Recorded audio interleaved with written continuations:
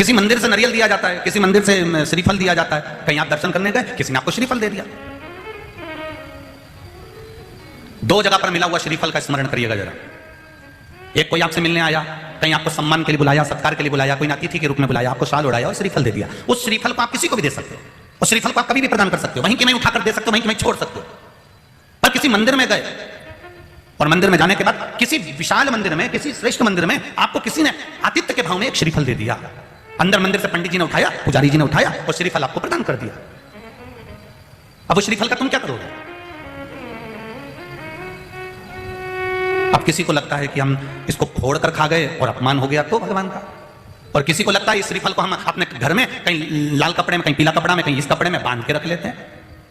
महाराज, कई लोगों को लगता है इस श्रीफल को हम किसी दूसरे को देते हैं, पर भगवान का प्रसाद हमको मिला था, हम कैसे दूसरे को देते हैं?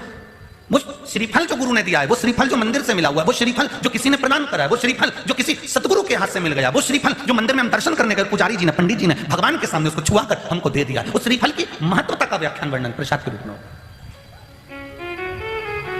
आप उस श्रीफल को अगर कोई कह दे कि इसको तुम्हें जीवन पर्यंत रखना है तो भले रखो, पर अगर उन्होंने केवल आतिथ्य के भाव से कि आप भगवान का, देवी का दर्शन करने आए हो, राम का दर्शन करने आए हो, श्री हनुमान जी का दर्शन करने आए हो, ठाकुर जी का दर्शन करने आए हो, तो आपको उस भाव में उन्होंने श्रीफल प्रदान कर दिया, तो उस श्रीफल को आपको 5 रात्रि, 3 रात्रि या 7 रात्रि अपने घर में रख सकते हो, 11 रात्रि तक भी रख सकते हो।